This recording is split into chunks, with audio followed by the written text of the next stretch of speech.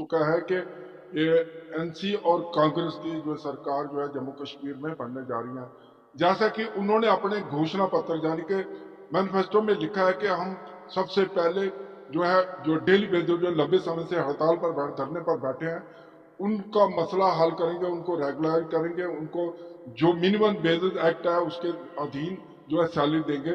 हमारे साथ रवि हंस जी हैं, उनसे बातचीत करेंगे जो लंबे समय से जो अपनी मांग को लेकर धरने पर है। तकरीबन कितने साल हो गए थे? 2.25 साल से वो धरने पर है। लेकिन पिछली सरकारों के साथ बात करें उन्होंने कुछ नहीं किया। नई सरकार जो एलजी की थी, जो इंडायरेक्ट वे का जो बीजेपी चलाती थी, उन्होंने भी कुछ नहीं किया। अब ये जो नई सरकार है उनके घोषणा पत्र में जो है उन्होंने आश्वासन दिया है कि हम डेली वेजर का जो मसला है वो हल करेंगे। पहले तो आपका बहुत बहुत स्वागत है। धन्यवाद रवि जी, जिस तरह से एनसी ने और कांग्रेस ने ये पहले ही घोषणा पत्र में लिखा है कि हम डेली वेजर का मसला जो है वो प्रायोरिटी पे हल करेंगे, क्या कहेंगे इसके ऊपर?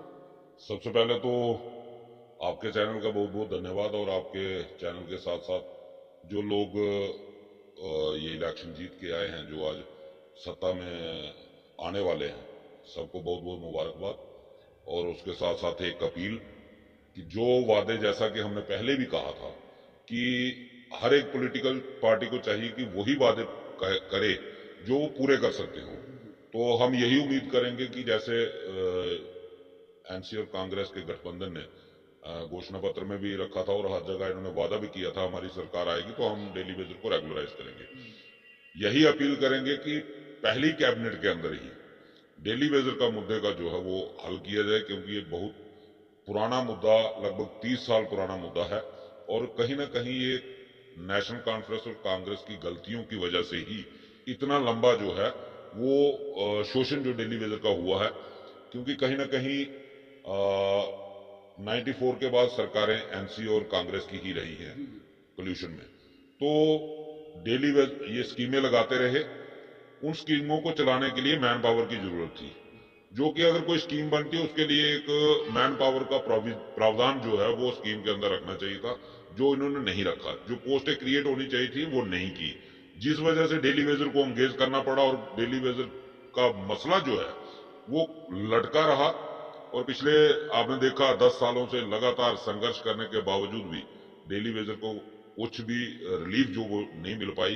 तो आज इन दोनों पार्टियों के पास अपनी उन गलतियों को सुधारने का मौका है। हम तो यही चाहेंगे कि पहली कैबिनेट के अंदर वो इस मुद्दे का सोल्यूशन करें और जल्द से जल्द डेली वेजर को जो है वो रिलीफ मिल पाए। जिस तरह से यहाँ पे पहले मैं 2014 की बात करें तो आजाद मौलाना स्टेडियम में जो है मोदी की एक रैली हुई थी कि हमें वोट दो, हमें जिताओ, हम प्रायोरिटी के ऊपर पीएचई डेली वेजर का, मैंने खुद इसको कवर किया था, उन्होंने कहा कि डेली वेजर का मसला जो है हम प्रायोरिटी पे करेंगे। लेकिन पिछले 2014 से लेकर 2024 तक उनकी तरफ से कुछ नहीं हुआ। तो आप वो हमेशा जो है पुरानी सरकारों का जो है वो गीत लाते रहते हैं। ये पुरानी सरकारों ने बैकडोर एंट्री करवा के उनको लाया। कम से कम लोग जो है लगे तो थे, लेकिन इन्होंने कुछ नहीं किया। क्या कहेंगे? सबसे पहली बात तो मैं ये कहना चाहूंगा कि अगर पुरानी सरकारों ने लगाया था तो उन्होंने अपने घर में नहीं लगाया था, उन्होंने सरकारी विभागों में डेली वेजर लगाया है और सरकारी डिपार्टमेंट्स डेली वेजर चलाता है, ना कि किसी के घर में काम करता है। पहली बात तो ये। और कोई भी सरकार होती है तो वो लोगों को लगाती है। अब ये जो एलजी प्रशासन अभी गया है, क्या इसके टाइम डेली वेजर नहीं लगे हैं? कौन कहता है? जब 2014 की बात करें, सितंबर 30 2014 को एक लिस्ट फाइनल हुई थी डेली वेजर्स की 61,011 लोगों की। उसके बाद कोड ऑफ कंडक्ट लागू हो गया जिसमें कि कोई भी डेली वेजर एंगेज नहीं हो सकता था। उसके बाद 2015 में सरकार बनी पीडीपी और बीजेपी की कोल्यूशन सरकार बनी। उसके बाद 2018 में बायोमेट्रिक हुई। जब बायोमेट्रिक अटेंडेंस हुई तो 1,05,000 तक डाटा पहुंचा। कैसे पहुंचा? वो 40,000 लोग कब लगे? 2015 के बाद। 15 के बाद किसकी सरकार थी? और फिर अगर ये इस तरीके की बयानबाजी मैंने भी सुना था पिछले दिनों जो भाजपा के प्रभारी थे अपना आशीष सूद जी, उन्होंने स्पष्ट मीडिया में कहा था कि ये पुरानी सरकारों से पूछो। तो शायद उसी का इम्पैक्ट पड़ा कि आज उसी पुरानी सरकार को दोबारा अपनी गलतियां सुधारने का मौका मिला है। बीजेपी चाहती तो इन लोगों को अडॉप्ट कर सकती थी, खुद भी फायदा ले सकती थी और इनको भी फायदा दे सकती थी। तो मुझे लगता है कि इनकी बदकिस्मती है कि ये इनको अडॉप्ट नहीं कर पाए। ये जम्मू के लोग थे, कोई पाकिस्तानी नहीं थे, ये रिफ्यूजी नहीं थे। रिफ्यूजियों को बेनिफिट मिल सकता है, लेकिन जो अपने लोग हैं जो वोट देते थे इनको, उनको शायद बेनिफिट देना इनको पसंद नहीं आया। चलो कोई बात नहीं, आज मुझे लगता है कि कांग्रेस और एनसी को भी ये बात मालूम होगी कि डेली वेजरों को अक्सर यही भाजपा के बड़े नेताओं की तरफ से कहा गया ये एनसी और कांग्रेस के लोग हैं। तो मैं उनसे यही रिक्वेस्ट करूंगा कि आप इनको अडॉप्ट कर लो, क्योंकि आपको अगर आप इनके साथ इंसाफ करोगे तो भविष्य में जो फायदा भाजपा नहीं उठा पाई वो आप उठा सकते हो। जिस तरह से आप डेली वेजर जो है वो शाना बशाना डिपार्टमेंट को चलाते हैं, चाहे कैसा भी मौसम है, सर्दी का मौसम है, बरसात का मौसम है, गर्मी का, तपती गर्मी में भी लोगों के घर में पानी पहुंचाते हैं। लेकिन जब देने की बात आती है तो ये कहते हैं हमने जी आपको 9,000 दे दिया, हमने जी ये कर दिया, हमने मिनिमम वेजेस एक्ट के ला। आपको लगता है कि आज के जमाने में, महंगाई के जमाने में 9,000 से घर परिवार का पालन पोषण हो सकता है क्या? मैं आपकी जानकारी के लिए बता दूं, ये minimum wages act Bharatiya Janata party ने नहीं लाया, ये 1948 से लागू है और 95 से जम्मू कश्मीर में भी लागू है। तब भारतीय जनता पार्टी का खाता तक नहीं खुलता था यहाँ पे। और ये इनके बड़े बड़े नेता जो बयानबाजी करते हैं, ये मीडिया में बयानबाजी करके भाग जाते हैं, कभी हमारे सामने आके बैठ के बात करें, हमें बताएं कि किन लोगों को इन्होंने 9,000 तक पहुंचाया। जो पीएचई का इक्वल रेट हुआ था 2011 में हुआ था, तब अपना क्या नाम था, काजी अफजल जो थे वो पीएचई के मिनिस्टर थे, तब से 2011 को ये रेट इक्वल हुआ था। वो जो चंद लोग थे जो इनके टाइम पे लगे हैं, उन्हीं का जो रेट जो है इन्होंने बराबर किया। और रही मिनिमम वेजेस 9,000 की बात, तो 9,000 हर 3 साल के बाद मिनिमम वेजेस जम्मू कश्मीर के अंदर रिवाइज होता था।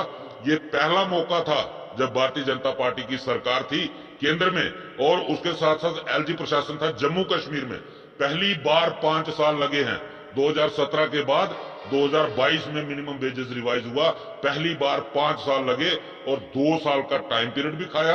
और जो 40% मिनिमम वेजेस बढ़ना चाहिए था वो 38% बढ़ाया गया, 2% वहां से भी खाया गया। और उसके साथ साथ 2015 से लेकर 2022 तक डेली वेजर की 17 महीने की वेजेस भी रोकी गई। ये बड़ी उपलब्धि है इनकी।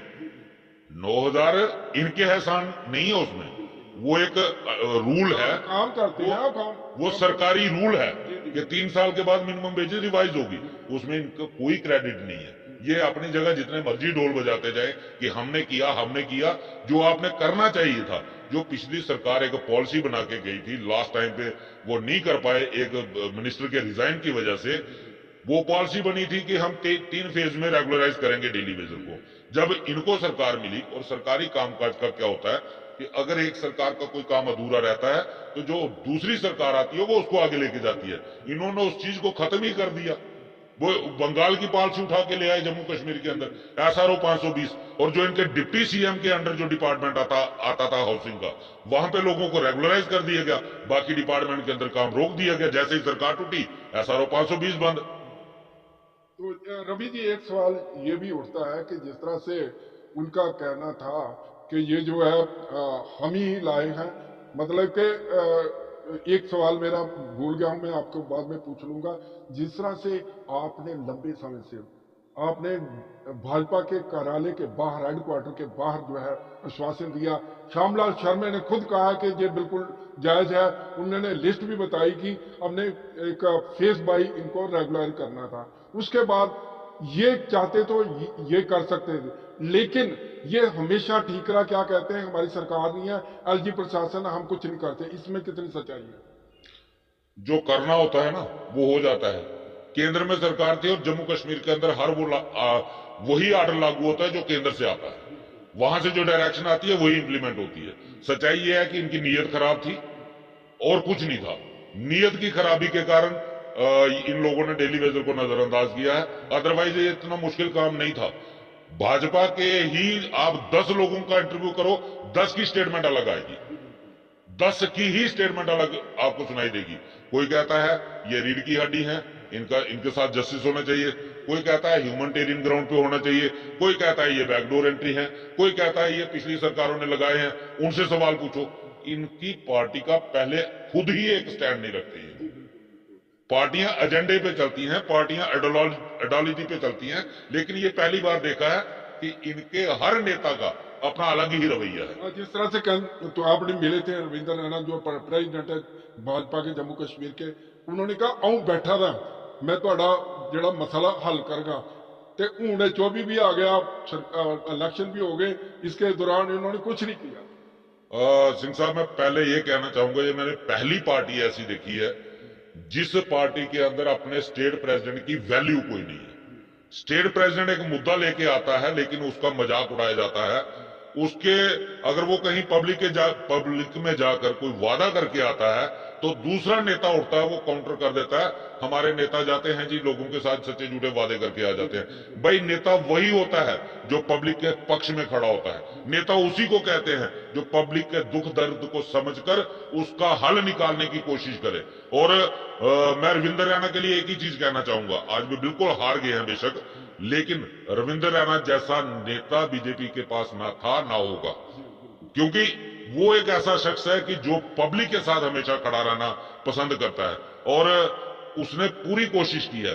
लेकिन अफसोस हमें इसी बात का है कि शायद वो गलत पार्टी में था, पार्टी को उसकी वैल्यू नहीं समझ आई, और जिसका खमियाजा जो है वो कहीं ना कहीं उसको खुद भी उठाना पड़ा है। रवि जी, जिस तरह से नई सरकार है, आपको लगता है कोई उम्मीद की किरण सामने दिखती है? जिस तरह से इन्होंने बड़े बड़े वादे किए जब लोगों के बीच में गए थे, चाहे कांग्रेस की चाहे एनसी थी, ये इन्होंने वादे किया कि हम ये करेंगे, बिजली 200 यूनिट फ्री देंगे और ओल्ड पेंशन लागू करेंगे, पीएचई डेली वेजर का मसला हल करेंगे। आपको कुछ लगता है कि कोई उम्मीद की किरण दिखती है क्या?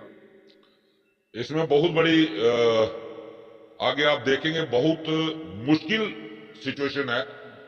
अगर डेली वेजर का मसला केंद्र हल करना होता तो वो इलेक्शन से पहले कर देते। अगर एलजी साहब ने इस मसले को हल करना होता तो बीजेपी के कहने पे करते, अपनी पार्टी को क्रेडिट देते। आज सत्ता में जो है वो नेशनल कॉन्फ्रेंस और कांग्रेस आने वाली है, भाजपा जो है वो विपक्ष में है, पावर जो है वो एलजी के पास है, और इतना आसान नहीं होगा। जो सरकार वादे कर रही है, जब करके सत्ता में आई है, वो वादे पूरे करना इतना आसान काम नहीं है। कोशिश वो उन्होंने करेंगे तो ये तो एलजी के ऊपर है। मैं पूरी बात कर रहा हूं, उनको सिर्फ और सिर्फ ये चाहिए वो कैबिनेट के अंदर इस मुद्दे का बिल पास करें, इसका ऑर्डर पास करें, और अप्रूवल देनी है एलजी साहब ने। वो अपने तरफ से डेली वेजर का मसला एक्यूरेट करके फाइल एलजी के पास भेजें, फिर भाजपा का रवैया जो है वो देखने लायक होगा, वो सारी जनता के सामने आएगा कि क्या भाजपा जो कहती है उस पर खरा उतरती है, या सिर्फ और सिर्फ जैसा हम पिछले कई सालों से कह रहे हैं कि भाजपा दोगली नीति पे चल रही है। वो सब कुछ सामने खुद ब खुद आ जाएगा। मैं तो यही अपील करूंगा आने वाली सरकार से, वो अपना फर्ज निभाए, बाकी इनको जनता खुद देखेगी। लास्ट में क्या कहेंगे अपने साथियों को जो पीएचई जो बैठे हैं डेली वेजर, उनको क्या कहेंगे? मैं सभी से पहले तो अपने पीएचई के जितने भी हमारे डिस्ट्रिक्टों में डेली वेजर है, हमारा 14 अक्टूबर को एक ऑलरेडी प्रोग्राम जो हमने पहले का अनाउंस किया हुआ है, सभी साथियों से रिक्वेस्ट है 14 अक्टूबर को ज्यादा से ज्यादा संख्या में जम्मू पुराने चीफ इंजीनियर कॉम्प्लेक्स में बीसी रोड में सुबह 10 बजे इकट्ठे हों, क्योंकि आने वाली सरकार को डेली वेजर के ताकत का पहले दिन से ही अंदाजा होना चाहिए, और आपकी जो पहला इंप्रेशन है वही सरकार के जहन में आना चाहिए कि सरकार के लिए डेली वेजर को नजरअंदाज करना बहुत खतरनाक साबित हो सकता है, और डेली वेजर जो है वो अपना हक लिए बिना वापस मुड़ने वाला नहीं है।